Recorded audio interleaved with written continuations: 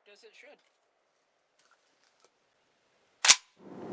Hi, this is Misha, and you just saw us firing Serbian Zastava OPAP, which is often what's called a Generation 3 PAP, M70 rifle.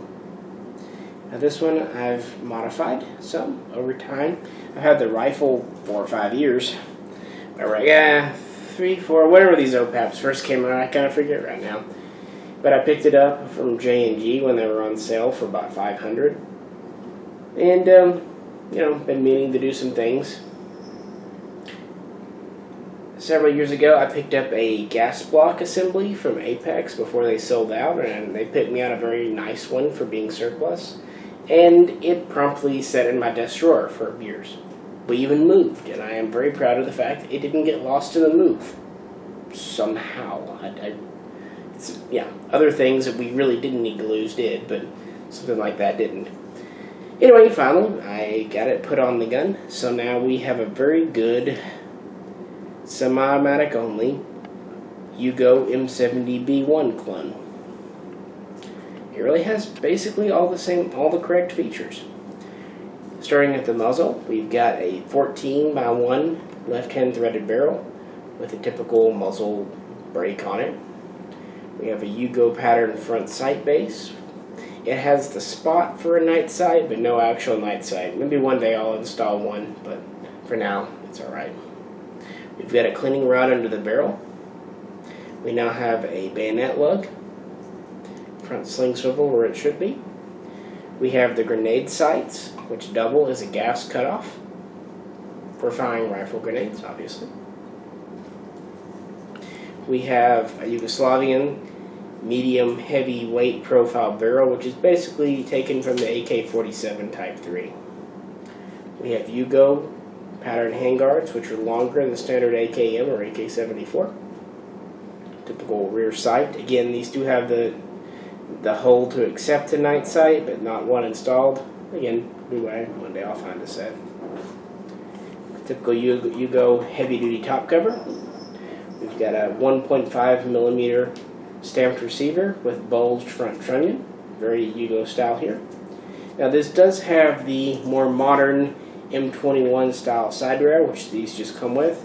I thought about having it removed, but it's kind of nice to have it there, and this is still just a clone or a semi-automatic exporter anyway, so it doesn't hurt to be there, and you might want to put a scope on it one day. Maybe then I can hit something.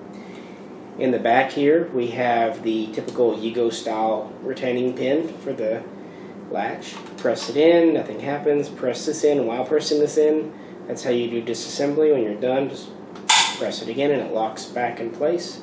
This was originally done so they could fire rifle grenades without the dust cover flying off. We've got a Yugo pistol grip. We've got an original Yugo M70B1 buttstock. This rifle here does have the crest. It's kind of funny. When these OPAPs came out, some had these crests and no one wanted them, so they took them off. Nowadays, I've noticed the ones with the crests are considered more collectible, and people are actually seeking them out. So it's kind of neat. I can feel it really well. It's just, something there. Has the original rubber butt plate. And I had a rear sling swivel installed at the bottom of the stock here. I know on the Yugos it should be on the side of the receiver, but because of the rail, this is fine. I just wanted to be able to put a sling on. And we've got a Yugo pattern sling.